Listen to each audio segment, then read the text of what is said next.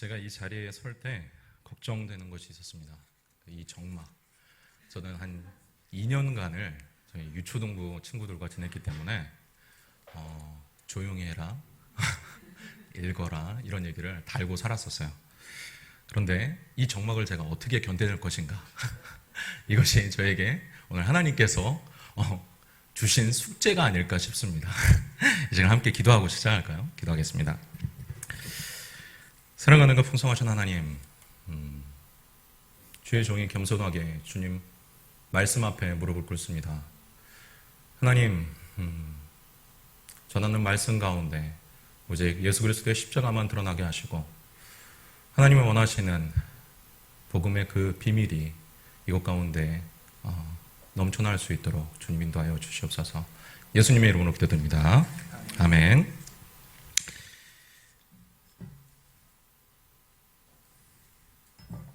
요즘 TV 드라마 하나가 주말 인터넷 검색 순위 1위를 도맡아하고 있습니다.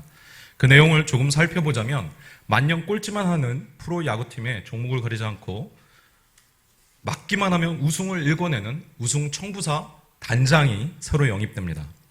이 새로운 단장은 지나치게 객관적인 업무 태도로 쉽게 오해를 받곤 하죠. 너무 냉랭하게 사람을 대한다는 것입니다. 그런데 누구보다 그 속에는 깊은 타인에 대한 존중하는 마음이 있었고 또한 배려하는 마음으로 바탕으로 팀을 객관적이고 정당한 운영 방침을 세워나갑니다. 그 사람의 노력은 변화를 갈망하던 사람에게는 희소식이 됐고 또한 철저한 패배주의에 물들었던 사람들의 마음까지도 서서히 변화시켜 나갑니다. 그리고 이내 탈출 꼴찌라는 희망을 품게 되는 것은 물론이고 이제 어떤 사람에게는 우승이라는 감히 지난 시간 동안은 꺼내보지 못했던 그 단어를 마음에 품게 됐습니다. 이것이 여러분들도 많은 분들이 보고 계실 줄 알고 있는 시청률 15%가 넘고 있는 스토브 리그라는 드라마의 주요 내용입니다. 유튜브에는 이 드라마에 대해서 영상이 매일 새롭게 올라오고 있어요. 왜 이렇게 사람들은 스토브 리그에 열광하는 걸까요? 우리가 몇 년 전에 겪었던 도깨비나 여러 가지 아직도 마음을 가슴 시리게 하던 그 드라마들이 기억나지 않습니까? 하지만 왜 매번 이런 드라마들이 사람들을 열광하게 하는 걸까요? 이 드라마는 절망에 놓여 있는 사람들에게 뭔가 희망을 던져주는 그런 메시지가 있는 드라마이기 때문에 그래요. 언뜻 보기에는 오늘 우리가 읽은 이 본문의 내용과 비슷한 스토리로 보이지 않습니까? 예수님께서 병을 앓은 지 38년이나 된 사람을 찾아가시고 그리고 그를 고쳐주시는 그 이야기와 그리고 완전히 망가진 팀을 재건하는 희망적인 요소가 담긴 그 이야기 사이에는 공통점이 보이지 않으십니까? 물론 오늘 우리가 읽은 이 본문에는 더 깊은 이야기와 놀라운 비밀이 담겨 있음에도 불구하고 사람들은 더 이상 이 성경 이야기에 열광하지 않습니다. 현재를 살아가는 사람들은 갖가지 고통과 절망의 사슬에 묶여 있음에도 불구하고 더 이상 예수님께서 무엇을 행했는가 또한 무엇을 하실 수 있는가에 관심을 기울이지 않습니다. 앞에서 언급된 그 드라마가 크게 유행하고 있는 여러 가지 요소들이 있겠지만 그 중에 하나를 들어보자면 배우들의 사실적인 연기를 들 수가 있어요. 소위 말해서 연기에 구멍이 없다고들 이야기합니다. 그렇지만 우리는 알고 있어요. 뭘 알고 있습니까? 시간이 지나면 이 스토브 리그라는 드라마는 우리의 기억에서 멀어질 것이다. 몇 년 전에 유행했던 그 드라마들의 전철을 밟게 될 거라는 것을 우리는 알고 있습니다. 그렇기 때문에 수많은 드라마들을 통해서 사람들이 잠깐의 위로와 대리 만족을 느낄 수는 있어도 사람들의 삶이 변화되는 그러한 역사는 일어나지 않는다는 것을 우리는 잘 알고 있습니다. 그러나 오늘 사도 요한은 우리가 읽은 본문을 통해서 오늘 우리가 다루게 될 이 사건은 분명히 일어난 역사 속의 사실이며 또한 실제로 있었던 일이라고 주장하고 있습니다. 그리고 이 일이 우리 삶 가운데 분명한 영향을 미칠 것이라고 오늘 이야기하고 있습니다. 우리 먼저 1절 말씀을 다 같이 한번 읽어보겠습니다. 같이 읽겠습니다. 그 후에 유대인의 명절이 되어 예수께서 예루살렘에 올라가시니라. 1절 맨 앞에 언급된 그 후라는 것은 요한복음 5장 1절과 연결된 4장 말미에 나오는 사건을 언급하고 있어요. 그것은 요한복음에 언급된 8가지 표적 사건 중에 두 번째 사건인데, 왕의 신하의 아들이 병에 걸려서 죽게 된 사건을 이야기하고 있습니다. 그런데 이 왕의 신하는 예수님을 찾아왔고 예수님께 자신의 아들을 고쳐달라고 청혼했습니다. 그런데 예수님께서는 바로 말씀으로 내 아들이 나았다라고 말씀해 주셨고, 이 아버지는 돌아가는 길에 본인의 신하들을 만나서 본인의 아들이 나았다는 것을 듣게 되죠. 그 후는 바로 요한이 오늘의 본문이 일어난 시기가 그 사건이 있었던 그 다음이며, 또한 예수님께서 유대인의 명절을 맞이해서 예루살렘에 올라갔다라는 것을 나타내고 있습니다. 요한은 오늘 본문이 일어난 시기를 명확하게 기술하고 있어요. 또한 요한은 뒤에 이어지는 2절에서 베데스다 연못에서 오늘 우리가 다룰 사건이 일어났다고 말하고 있습니다. 베데스다 연못은 예루살렘에 있는 양문 곁에 위치하고 있었고, 또한 그곳에는 행각 5개가 둘러져 있었다라고 묘사하고 있습니다. 이 장소에 대해서 뭔가 사실적인 이 묘사를 하는 데에는 이유가 있습니다. 이것은 요한복음을 읽는 독자들에게 베데스다 연못에 대한 기억을 상기시키거나 혹은 그 장소를 머리에 그려볼 수 있도록 도와주려는 사도 요한의 의도가 깔려 있다고 생각됩니다. 그렇다면 오늘 이 사건이 실제하는 사건이었다는 것이 요한에게 왜 그렇게 중요했을까요? 그 이유를 이해하려면 우리는 요한복음이 지어진 시기에 대해서 약간의 역사적 이해가 필요합니다. 주 70년에는 유대인들에게 아주 큰 사건이 있었습니다. 바로 예루살렘 성전과 성벽이 불태워지는 사건이 있었어요. 기억하십니까? 예수님께서 예루살렘에 오셨을 때 예루살렘을 바라보시면서 눈물을 흘리셨던 그 사건을 혹시 기억하세요? 그때 예수님께서는 이 성벽이 불타 없어지는 그 상황을 알고 계셨던 겁니다. 그런데 그 사건이 주 70년에서 일어나게 됐고, 그 원인은 바로 66년에 발발했던 유대 독립전쟁의 결과로서 그 일이 발생된 거였습니다. 이때 로마 장군 티토스가 로마군을 이끌고 예루살렘 성벽을 에워쌌고, 이스라엘 사람들은 결사항전의 의지를 불태웁니다. 어떻게까지 하냐면 본인들이 가지고 있던 식량들을 다 불태워요. 그리고 심지어는 도망가는 사람들, 탈영병들을 잡아서 십자가형에 처하기도 했습니다. 그렇게까지 결사항전을 했던 유대인들을 로마군은 철저하게 무너뜨립니다. 예루살렘 그 안을 유린한 것은 물론이요, 그리고 예루살렘 성벽까지도 다 무너뜨렸습니다. 역사에서 아예 지워버리려고 했어요. 그리고 이 유대인들은 뿔뿔이 흩어져서 로마 제국 전역으로 퍼지게 됐습니다. 이때부터 유대인들의 디아스포라가 시작된 겁니다.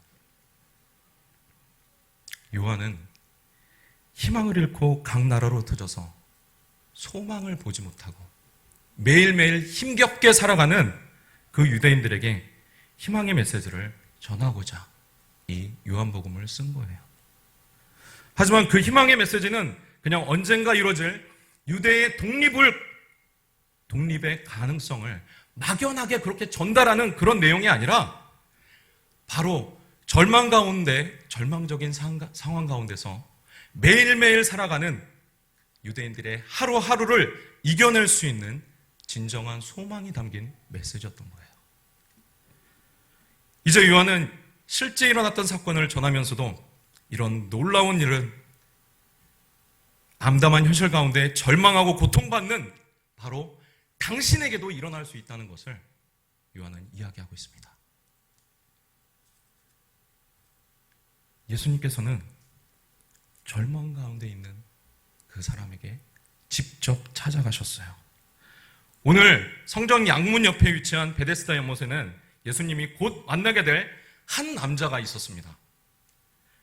그런데 요한은 또다시 이 남자에 대한 본격적인 사건을 언급하기 이전에 본문 3절, 4절을 통해서 먼저 그가 처한 물리적인 환경을 상세하게 이야기하고 있습니다. 요약하자면 그 남자가 있던 베데스다 연못에는 수많은 병자들이 있었고 매일 그곳에 그 사람들이 누워서 베데스다 연못을 주시하고 있는 거예요. 그 이유는 4절에서 언급된 대로 천사가 가끔 이 못에 내려와서 물을 움직이게 한다는데 그 움직임이 일어난 직후에는 그 연못에 먼저 들어가게 된 사람이 그 연못의 효능을 보게 된다는 것입니다. 병이 낫게 된다는 거예요. 물론 이 이야기는 이 성경상에서 봤을 때 3절, 4절은 괄호가 쳐져 있는 상태에서 설명되어 있습니다. 어떤 성경사본에는 기록되지 않은 것으로 봐서 후기에 설명이 덧붙여졌을 가능성이 있다고들 이야기해요. 또한 성경학자들은 이 베데스다 연못은 간헐적으로 유입되는 간헐천이었을 것이다. 즉 온천이었을 것이다라고 추측합니다. 그래서 천사들의 요동은 가끔씩 새로운 물이 연못 안으로 유입되는 과정이었을 거라고 사람들은 생각해 봅니다. 아무튼 그곳에는 정말 수를 헤아릴 수 없을 만큼의 많은 병자들이 모여 있었고 다들 4절에 나와 있는 대로 가끔 간헐적으로 일어나는 베데스다 연못의 요동을 기다리고 있었다는 것입니다. 그런데 그 수많은 병자 가운데서 오늘 예수님을 만난 남자는 따로 수식어가 붙어 있습니다. 우리 5절 말씀 함께 읽어보도록 하겠습니다. 시작. 거기 38해 된 병자가 있더라. 네, 오늘 예수님이 만날 남자는 병을 앓은 지 38년이나 된 사람이었어요. 그 당시 유대 남자들의 평균 연령이 채 50 전후로 해서 50이 넘지 않은 경우가 많이 있었습니다. 그렇게 생각해 봤을 때 이 남자는 아마도 베데스다 연못 가운데 모인 사람들 가운데서 가장 오랜 세월 동안을 병을 앓고 있었던 사람이 아닐까 추측해 봅니다. 그리고 이 사람은 거의 전 생애를 어쩌면 이 병 가운데 있었을 수도 있어요. 우리 요한은 예수님께서 이 병자의 상태를 누구보다 잘 아시고 계셨다는 것을 진술하고 있습니다. 6절을 한번 읽어보겠습니다. 시작. 예수께서 그 누운 것을 보시고 병이 벌써 오랜 줄 아시고 이르시되 내가 낫고자 하느냐. 새 번역 성경에는 이 상황을 조금 더 원문에 가까운 번역을 하고 있습니다. 예수님께서 누워있는 사람을 보시고 또 이미 오랜 세월을 그렇게 보내고 있는 것을 아시고 물으셨다라고 이야기합니다. 내가 낫고 싶으냐? 이미 이 남자의 상태를 아셨던 예수님께서 그가 베데스다 연못 가운데서 겪고 있던 그 참담한 현실 가운데서 겪고 있는 그 어려운 일들을, 안타까운 상황들을 모르고 계셨을 리가 없다고 생각합니다. 그럼에도 불구하고 요한복음 4장 말미에서는 아버지의 요청만으로 단번에 그의 아들을 살려주신 예수님께서 이번에는 그 남자에게 정말 내가 낫고 싶니? 라고 묻고 계세요. 오랜 시간 희망이 꺾인 채로 매번 반복되는 절망을 맛보는 사람들은 간혹 그 절망에 순응하고 길들여지게 되곤 합니다. 그것을 아주 잘 그린 영화가 하나 있지 않습니까? 쇼생크 탈출이라고 기억하세요? 그 쇼생크 탈출에서는 오랜 시간 절대적인 억압을 받는 감옥이라는 그 현실 가운데서 자유를 얻게 되는 장기 감옥수들의 이야기가 그려지고 있습니다. 그런데 그들이 어떻게 반응합니까? 사회에 나가는 것을 두려워합니다. 오랜 시간 자유를 갈망하고 계속해서 본인의 무죄를 주장하며 억울하게 갇혀있던 사람들이 계속해서 나가려고 탄원을 내고 했지만 시간이 돼서 이제 나갈 수 있는 시간이 되었을 때 그들은 주저하게 됩니다. 그리고 급기야는 그곳 가운데서 오랜 시간을 감옥 안에 지냈다가 나갔던 죄수 가운데 자살을 하는 사람까지도 있었습니다. 절망을 벗어날 기회가 왔어도 되려 스스로 체념하고 바로 그 순응하며 본인이 있던 그 자리로 되돌아가고 싶은 것이 사람의 이면에 있는 본성이기도 하기 때문에 그렇습니다. 예수님은 분명 이 38년 된 병자의 고통을 알고 계셨어요. 그가 매일 눈을 뜨면 느꼈을 좌절을 예수님께서는 알고 계셨을 것입니다. 하지만 그보다 그를 더 잘 알고 계신 예수님께서 그가 좌절 가운데 체념하고 포기를 통해서 지금 누워있는 그 자리에 이제는 머물고자 하는 그 마음이 있음을 꿰뚫어 보셨을 거라고 생각합니다. 다시 6절 말씀을 보자면 예수님의 질문은 무엇이었습니까? 내가 낫고자 하느냐였어요. 내가 낫고자 하느냐? 그런데 그 남자의 대답은 네, 그렇습니다. 아니요. 제가 그냥 있기를 원합니다. 이것이 아니었어요. 그냥 본인이 아직 병들어 있는 이유를 한탄 섞인 말로 대답하고 있습니다. 그 남자가 오랜 시간 누워있던 그 자리는 절망의 자리이기도 했지만 이제 그가 살아가는 삶의 자리이기도 한 거였습니다.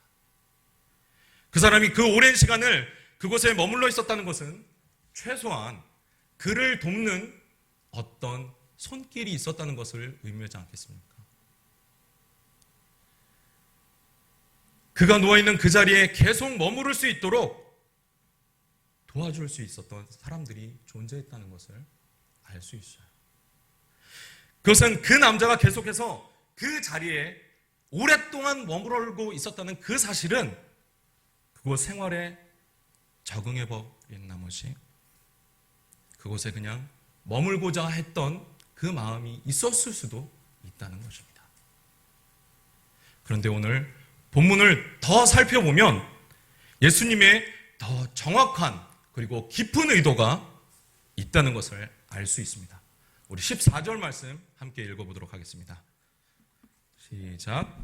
그 후에 예수께서 성전에서 그 사람을 만나 이르시되 보라 내가 나았으니 더 심한 것이 생기지 않게 다시는 죄를 범하지 말라 하시니.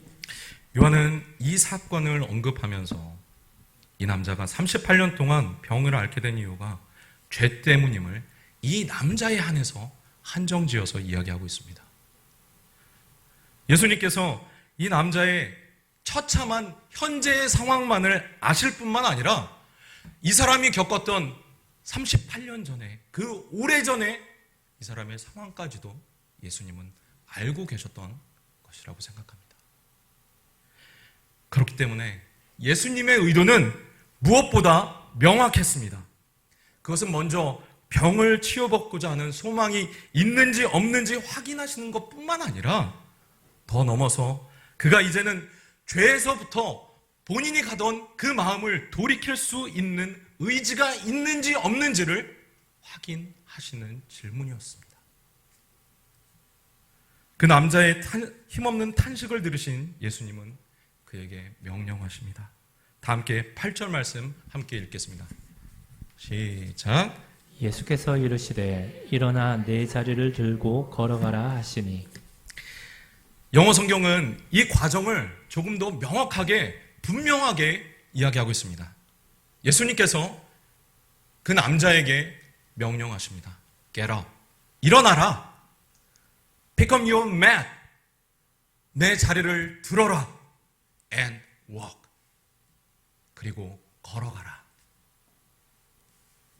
요한은 9절에서 예수님의 명령에 바로 어떠한 일이 발생됐는지를 바로 이야기하고 있습니다. 다 함께 읽겠습니다.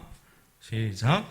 그 사람이 곧 나와서 자리를 들고 걸어가니라. 그날은 안식일이니. 예수님이 38년이나 병자로 있었던, 절망이 거듭되어 모든 희망이 꺾였던 그 사람에게 명령을 하시자 그 명령이 어떻게 됐습니까? 즉각 이루어졌다라고 증언하고 있습니다. 여기서 우리가 하나 더 살펴볼 말씀이 있습니다. 요한복음 4장 53절을 함께 읽어보도록 하겠습니다. 시작. 그의 아버지가 예수께서 내 아들이 살아있다 말씀하신 그때인 줄 알고 자기와 그 온 집안이 다 믿으니라. 요한복음 4장에서 일어난 예수님의 치유 사건 역시 오늘 본문과 비슷한 구조로 흘러갑니다. 즉 예수님께서 그 아들이 나았다라고 말씀하신 그 순간에 그 즉시로 신하의 아들이 앓고 있던 병이 떠나갔다는 것을 증언하고 있어요. 요한은 의도적으로 4장과 5장에서 나타난 두 가지 기적 사건을 나란히 언급하고 있는 것입니다. 요한은 이 두 사건을 통해서 예수님의 말씀이 어떤 식으로 이루어지는지를 사람들에게 보여주고 있는 것이에요. 예수님의 말씀은 곧 행해졌으며 또한 그리고 즉시 나타났습니다. 요한은 이 두 가지 기적 사건을 통해서 예수님께서 어떠한 분이시고 또한 어떠한 일을 행하실 수 있는 분이신 것을 분명하게 유대인들에게 밝히고 있는 것입니다.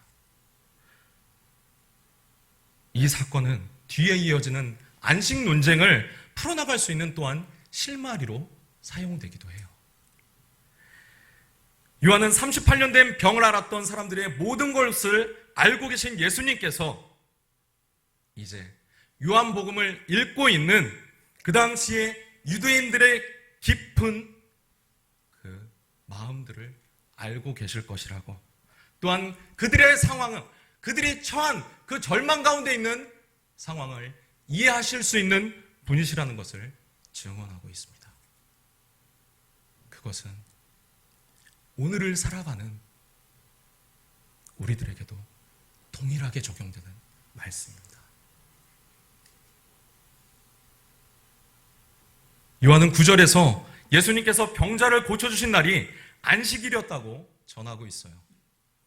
그리고 10절에서 유대인들은 병이 나은 사람이 자리를 들고 가는 것을 보면서 내가 안식일에 일을 하는 것이 옳지 않다, 손가락질하는 것을, 그리고 그것을 지적하며 그로 인해 안식일에 대한 논쟁이 벌어졌다는 것을 증언하고 있습니다. 여기서 우리는 나음을 입은 남자의 대답을 살펴볼 필요가 있습니다. 다 함께 11절 말씀 함께 읽어보겠습니다. 시작. 대답하되 나를 낫게 한 그가 자리를 들고 걸어가라 하더라 하니. 오랜 병에서 이제 나음을 입은 그 사람은 안식일에는 일을 하면 안 된다는 유대인의 그 규정을 잊게 할 만큼 본인들이 본인의 삶을 둘러싼 그 유대인의 규정들을 정말 잊어서는 안 되는 여러 가지 중에 중요한 그 상황마저 잊게 할 만큼의 더 큰 명령이 본인에게 주어지는 것을 인식합니다. 왜냐하면 그 명령을 한 사람은 38년간 누워있던 본인을 일으키셨던 분이시고 또한 그것은 그의 명령이었기 때문입니다. 그래서 그 명령을 본인은 따르고 있다라고 증언하고 있습니다. 그런데 여기서 살펴볼 것은 12절에서 그 남자의 증언을 들은 유대인들은 그에게 다시 되묻습니다. 내 병을 낫게 한 자가 누구냐라고 이야기한 것이 아니라 너의 자리를 들고 가라고 한 자가 누구냐라고 묻고 있습니다. 이 내용을 보면 치유를 받은 사람과 유대인들 사이에는 예수님에 대한 인식의 차이가 있다는 것을 알 수가 있어요. 치유를 받은 사람은 예수님을 놀라운 능력을 행하시는 분으로 본인의 삶을 뒤바꿔 놓은 사람으로 인식하고 있지만 유대인들은 예수님을 한낱 본인들이 지켜야 할 법칙을 어기게 한 사람으로서 예수님을 인식하고 있습니다. 예수님께서는 그 남자의 병을 고쳐주신 이후에 그곳에 너무 많은 사람들이 있었기 때문에 잠시 자리를 피해 계셨어요. 그리고 원래 이 남자도 본인의 병을 고쳐준 분이 예수님인지를 알지 못했습니다. 그런데 14절, 15절에서 예수님께서는 다시 이 남자를 찾아와서 말씀해 주십니다. 15절에서 예수님께서 이렇게 증언하고 있죠. 15절 한번 함께 읽어보도록 하겠습니다. 시작. 그 사람이 유대인들에게 가서 자기를 고친 이는 예수라 하니라. 본인의 죄악을 다시는 범하지 말라며 이제 내가 병에서 노임을 받았으니 다시는 더 큰 병이 나지 않도록 하라라고 명령하신 그분이 예수님인 것을 이 남자는 알게 됐다는 것입니다. 유대인들은 이 증언을 바탕으로 예수님을 본격적으로 박해하기 시작합니다. 그 이유는 안식일에 치료 행위를 하셨다는 이유에서였습니다. 유대인들은 그저 유대인의 치유 사건을 본인들이 지켜야 할 규정을 어긴 사건이라고 그렇게 치부해 버렸다고 했습니다. 하지만 그 38년 된 병을 치료받은 남자의 생각은 전혀 달랐어요. 예수님은 누구도 할 수 없는 그 일을 행하신 분이시며 본인을 절망 가운데서 건져주신 분이라는 것을 그 남자는 알게 됐던 것입니다. 이 차이는 생명과 죽음의 차이였고 과연 삶을 가르는 차이였었습니다. 17절에서 예수님은 이 치유 사건이 어떠한 의미를 가지고 있는지 직접 유대인들에게 천명을 하고 계십니다. 우리 17절 말씀 한번 읽어보도록 하겠습니다. 시작. 예수께서 그들에게 이르시되 내 아버지께서 이제까지 일하시니 나도 일한다 하시매. 예수님은 하나님께서 하는 일을 나도 하는 것이다라고 말씀하고 계세요. 왜냐하면 하나님께서 내 아버지이시기 때문에 그렇다라고 말씀하고 계십니다. 이것이 바로 요한이 이 사건을 통해서 다시 한번 예수님께서 우리에게 어떠한 분이신지를 요한복음을 통해 유대 사람들에게 알려주시려고 하셨던 내용이에요. 예수님은 하나님께서 하시는 일을 계속 하시는 분이십니다. 우리 요한복음 1장 1절에 사도 요한은 이렇게 증언하고 있습니다. 함께 읽어보도록 하겠습니다. 시작. 태초에 말씀이 계시니라. 이 말씀이 하나님과 함께 계셨으니 이 말씀은 곧 하나님이시니라. 아멘. 2절 3절에서는 그 말씀이 태초에 하나님과 계셨고 또한 만물이 그로 말미암아 지은 바 되었으며 그가 없이는 하나도 된 것이 없다라고 증언하고 있어요. 요한은 창세기 1장 1절과 거의 비슷한 구조로 이 말씀을 의도적으로 요한복음 첫 시작으로서 넣어 놓았습니다. 예수님은 창조주 하나님의 창조 사역에 동참하신 분이시다. 그리고 이 38년 된 병자의 사건과 그 앞에 일어난 왕의 신화 사건을 살리신 표적을 통해서 이렇게 말씀하고 계시다. 예수님은 창조주 하나님의 창조 사역을 지금도 이어나가고 계시는 그런 분이시다.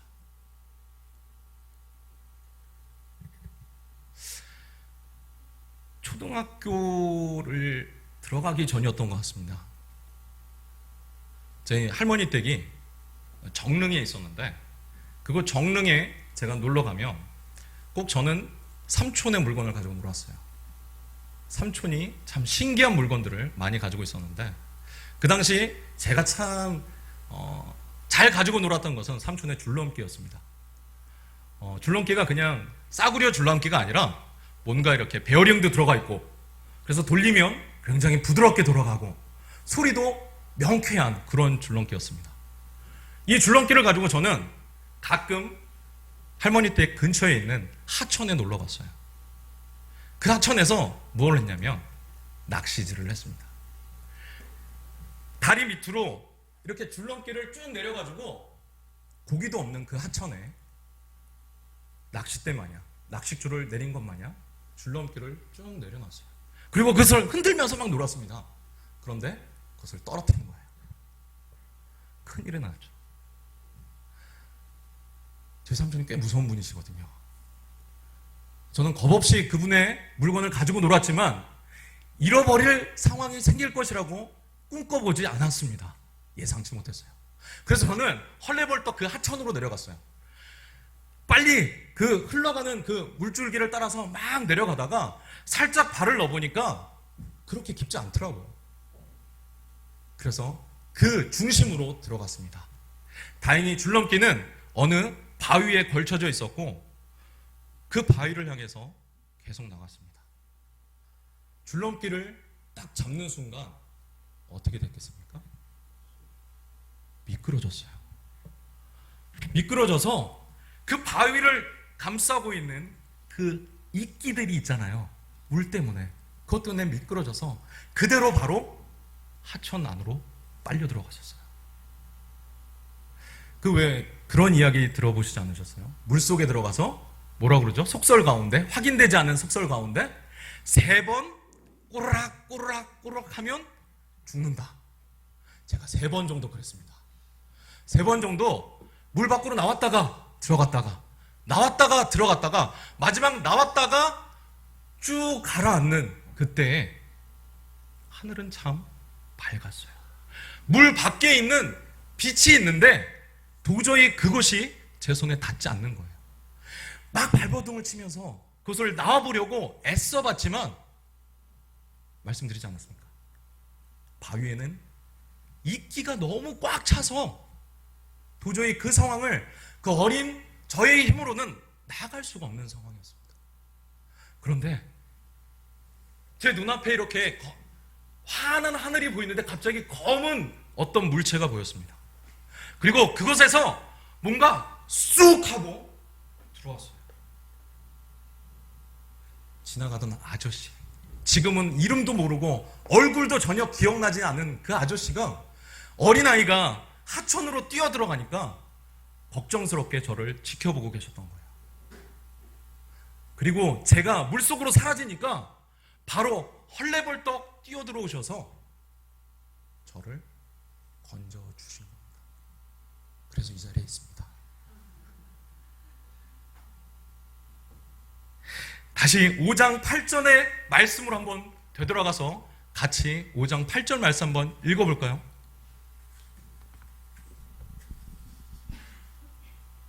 시작.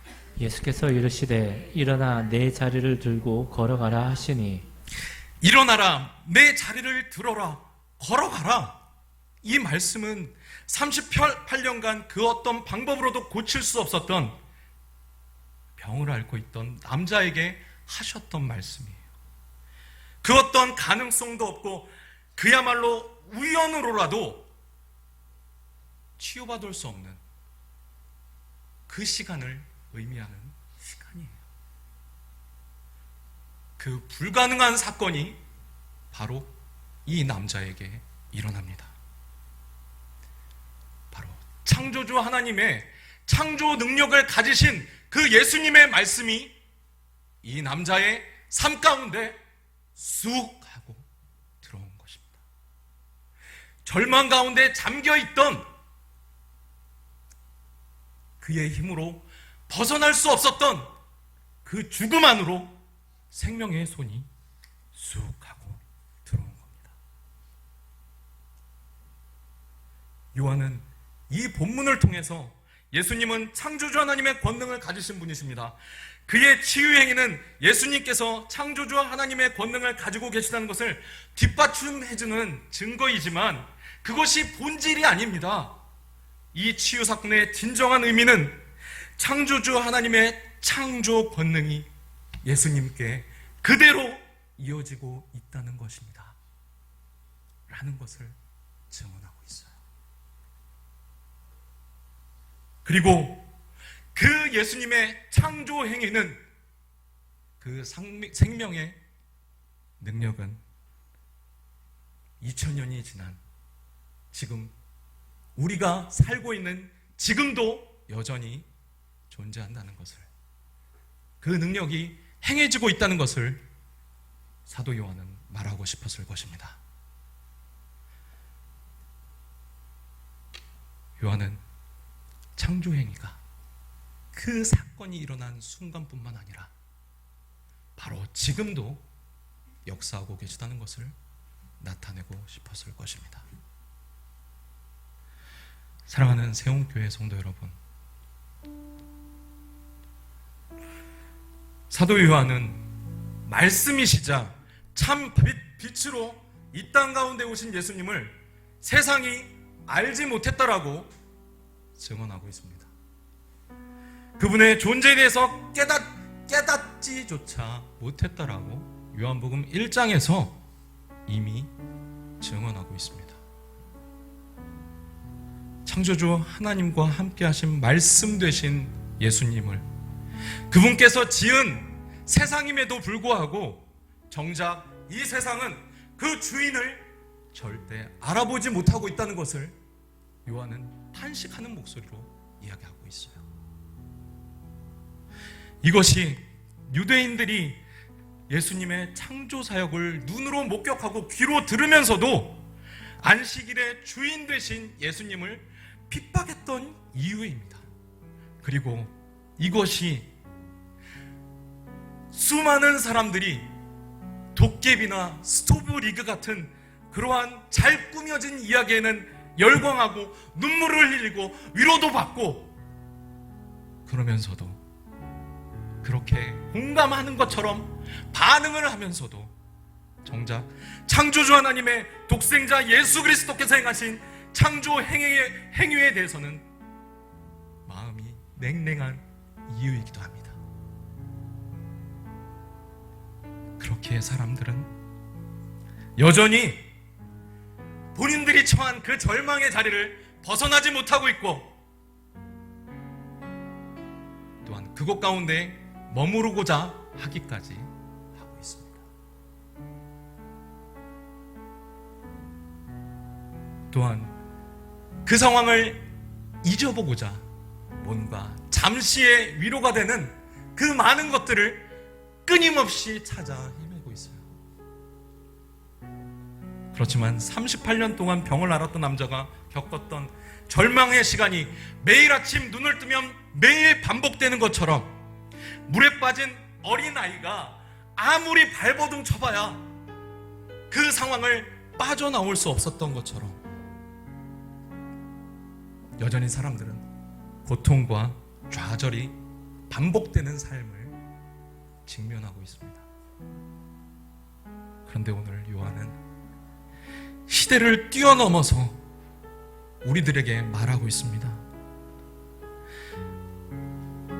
우리를 그 절망적인 상황 가운데서 건져내실 분이 계시다. 태초에 창조주 하나님이 하셨던 그 일을 여전히 지금도 행하고 계시는 분이 계시다. 그분의 말씀은 하나님의 말씀과 동일한 권위를 가지고 계시고, 그렇기에 능히 하나님께서 하신 그 창조 행위를 하실 수 있는 분이 계시다. 그리고 그 놀라운 분이 지금 죽음의 경계를 넘어서 생명의 삶으로 우리를 이끌어내시기 위해 우리에게 손을 내밀고 계시다. 그분은 절망에 익숙해진 우리들에게 이렇게 명령하고 계십니다.